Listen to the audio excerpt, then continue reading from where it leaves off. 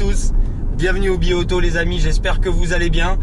Bienvenue dans les environs de Monaco pour l'essai du nouveau Cayenne coupé de Porsche.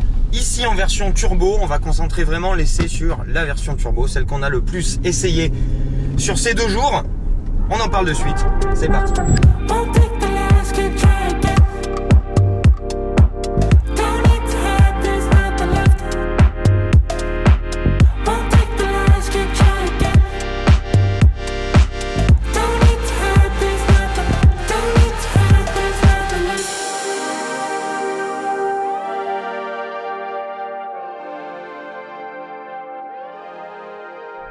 Alors, la 3e génération de Cayenne a fait son apparition l'an dernier et à présent Porsche en profite pour s'engouffrer dans la folie des SUV coupés, inauguré par BMW avec le X6 à l'époque et suivi par Audi avec le Q8, Mercedes avec la GLE, Lamborghini avec le Russe, cousin de ce Cayenne.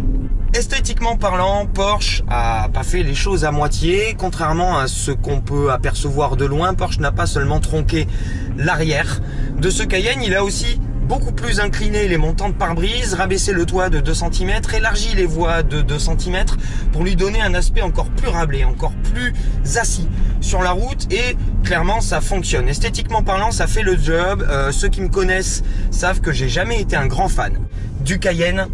Mais il faut avouer que dans cette déclinaison coupée, ça lui va beaucoup mieux, et on en discutait d'ailleurs, et je suis assez d'accord avec le ton global du retour esthétique sur ce Cayenne coupé. C'est que en fait le Cayenne aurait dû être ça dès le début, avec cette petite arche en C sur l'arrière qui rappelle évidemment la Panamera, la 911, etc. Ça lui donne un vrai côté sportif entre guillemets, et les guillemets on va vite les enlever, vous allez voir pourquoi.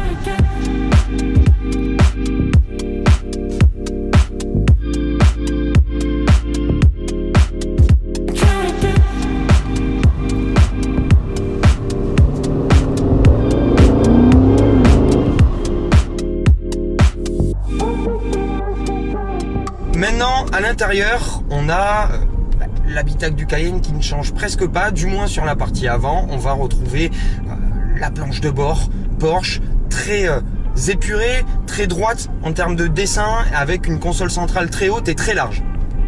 Devant vous, vous avez le contour, le tachymètre central, entouré par 2 écrans de 7 pouces qui peuvent vous montrer la télémétrie, les différents compteurs et le rappel du GPS. C'est plutôt bien fait, c'est très fluide, et en termes de design c'est beau. Moi je trouve ça beau parce que vous pouvez également donc avoir ce rappel des 5 compteurs chers à Porsche, on le sait. Vous avez l'énorme écran de 12,3 pouces tactile, assez fluide à l'utilisation, une superbe résolution, une qualité perçue assez énorme, et cette console centrale tactile à retour haptique qui change de ce que faisait Porsche avant. Un bouton, une fonction. Là on arrive sur quelque chose de plus futuriste, mais le job est bien fait, et en termes de présentation globale c'est extrêmement qualitatif.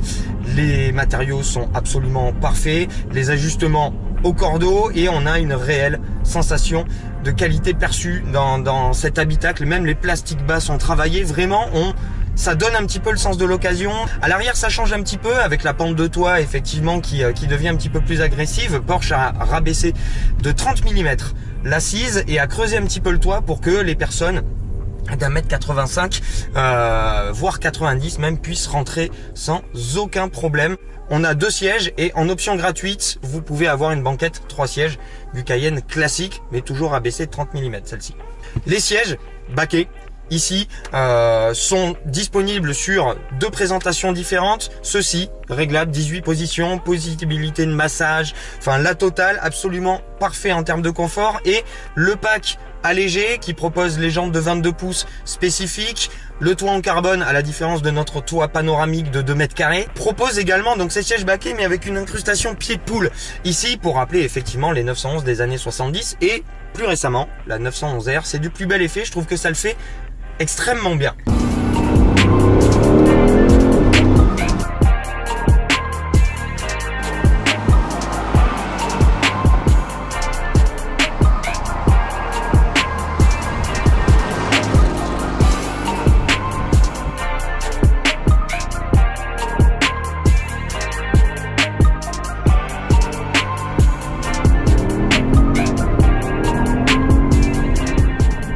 c'est une Porsche. Et une Porsche, on la teste pas à l'intérieur, on la teste pas à l'extérieur, on la teste au volant.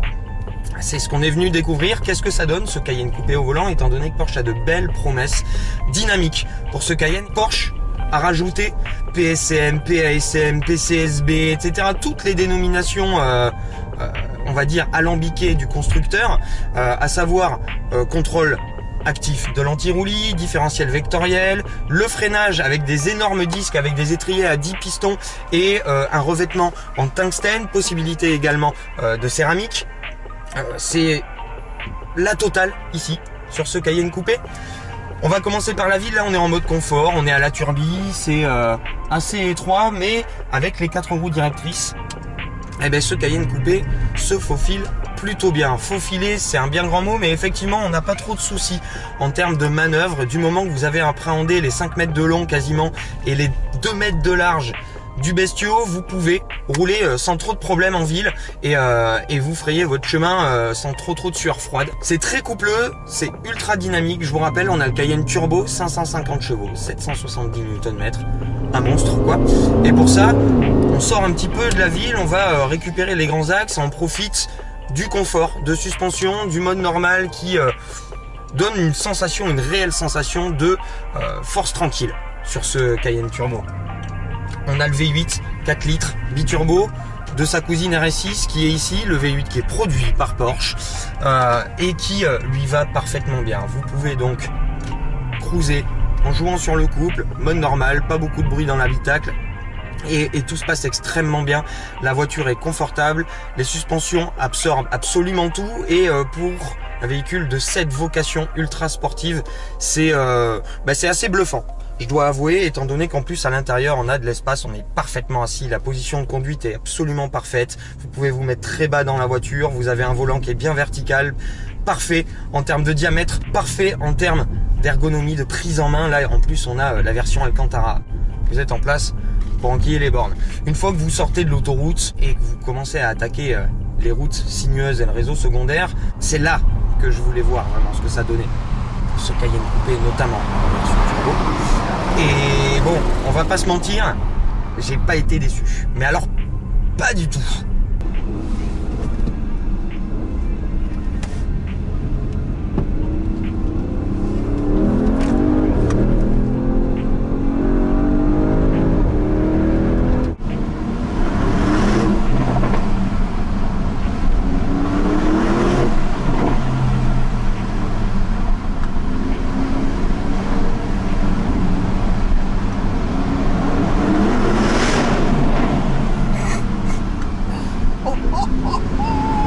Là, vous utilisez le petit bouton Sport Response que vous avez sur le volant, vous tournez la manette sur Sport, voire Sport Plus, et là vous pouvez même mettre en manuel. C'est un des rares SUV que j'ai envie de conduire uniquement en manuel, et là, on va pas se mentir, c'est quasiment une voiture de rallye, et j'exagère pas. Là, les 550 chevaux sont tous là, vous me dites qu'il y en a 600, je veux bien vous croire, 770 Nm, tout le temps dispo, et en plus de rouler très fort en ligne droite, il tourne extrêmement bien. Le train avant est indécrottable, vous pouvez le placer, parfait, la voiture va se neutraliser parfaitement, les 4 roues directrices vont faire extrêmement bien leur job. Là, freinage fort, les freins sont inépuisables, vraiment, on a enquillé beaucoup de descentes et les freins sont réellement inépuisables.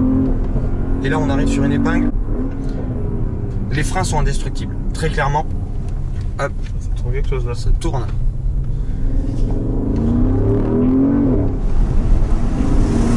En gros, c'est un gros bestiau que vous pouvez mettre dans toutes les positions.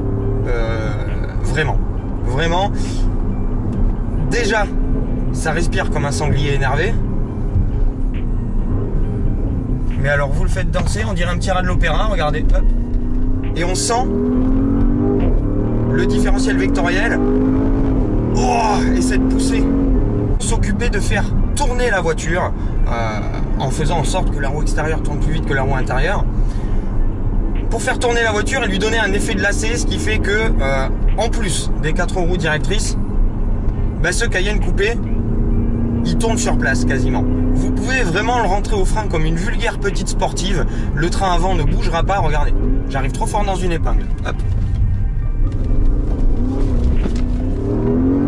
Il est où le sous-virage? J'ai vu du survirage moi, mais pas de sous-virage. Voilà, très clairement. C'est la première fois que je vois ça avec un SUV. C'est dingue, en fait. C'est n'importe quoi. Un 4x4 de 2 tonnes 5 ne peut pas faire ça. C'est pas possible. À quel moment? Il y a un truc que je ne comprends pas là-dessus. Il y a une sorte c'est de la sorcellerie. C'est de la sorcellerie Porsche. Je sais pas comment vous avez fait. C'est de la sorcellerie. Parce qu'en plus, dans tout ça, vous savez exactement où vous mettez votre train avant, avec un train avant hyper incisif et hyper précis, commandé par ce volant, qui est la prolongation totale de vos mimines. Voilà. Je sais pas quoi vous dire d'autre. Le moteur est démoniaque, il a une santé de feu, il a une sonorité de dingue. Bravo Porsche d'avoir fait un énorme boulot sur la sonorité de ce moteur avec le FAP pour le faire sonner aussi fort, aussi rauque et aussi mais violemment que ça. Dès que les turbos sont en pression, c'est une pure furie cette voiture. Le Cayenne est une vraie Porsche. Pour être tout à fait franc, on se sent vraiment conducteur et pas seulement un navigant, un manœuvreur si vous voulez. On est vraiment connecté avec la voiture et on peut vraiment en faire ce qu'on veut. C'est ouais, je le dis et je le répéterai, hein, vous pouvez me répéter. Ce Cayenne Turbo, encore plus en coupé, m'a donné plus de fun que certaines petites sportives, voire même grosses sportives. Un moteur de dingue, une sonorité dantesque, un châssis de fou, un intérieur ultra travaillé. Extérieurement, c'est pas le plus beau SUV du marché en ce qui me concerne, mais c'est quand même déjà beaucoup mieux qu'un Cayenne classique et pour moi je signerai presque. Et pour le coup, je signe vraiment le chèque après avoir fait quelques kilomètres bon train à son volant. Le chèque, parlons-en, on commence à 85 000 € pour un Cayenne coupé de base, 340 chevaux avec le V6 issu du Macan, le V6 3 litres, 150 000 € pour cette version turbo de 550 chevaux, en passant par la version hybride qui est affichée à 98 000 €, et on est à 180 000 quasiment pour la version turbo SE hybride de 680 chevaux et 900 Nm de couple. Je répète, 680 chevaux et 900 Nm de couple. Je veux même pas savoir ce que... Enfin si, je veux savoir ce que c'est, s'il vous plaît. Dingue. Conso, 24 litres, mais on a roulé bon train, on a tartiné de bonne loi, comme dirait l'autre, pendant 2 jours. Donc je parlerai pas objectivement de la conso et on s'en fout parce que c'est le premier SUV du marché qui pourrait me faire hésiter avec le Range Rover SVR et qui est sérieusement en train de me faire hésiter avec le Range Rover SVR. Voilà les amis, c'est un petit peu tout ce que je peux vous dire sur cet essai du Cayenne coupé en version turbo s'il vous plaît. Merci encore à Porsche de nous avoir permis d'expérimenter ça parce que voilà, c'était que du bonheur, c'était que du kiff, regardez. 7000 tours minute avec une violence inouïe, c'est j'aime. Et puis merci à Hugo de m'avoir filé un petit coup de main, merci Hugo. Et merci à vous les amis de nous avoir suivis, d'avoir regardé cet essai décousu jusqu'au bout. Et je vous dis à très très vite parce qu'il y a plein de belles choses qui arrivent. La fin de l'année va être assez extraordinaire. Merci encore à tous. Bonne continuation les amis, une très bonne fin de ce que vous êtes en train de faire. Ciao.